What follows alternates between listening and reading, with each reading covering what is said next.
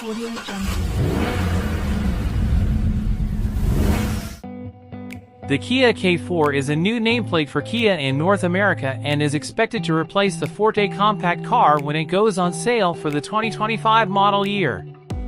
An electric model called the EV4 may also join the lineup at the same time.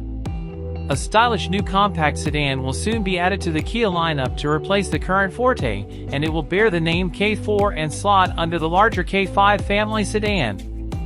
The K4 wears a fastback roofline that draws inspiration from the Stinger sports sedan and wide rear fenders that give the car a sporty stance. The base engine will be the same 147 horsepower four-cylinder that powered last year's Forte. A 190 horsepower turbocharged 4 is exclusive to the top-rung GT line turbo trim. The K4 is slightly larger than the outgoing Forte.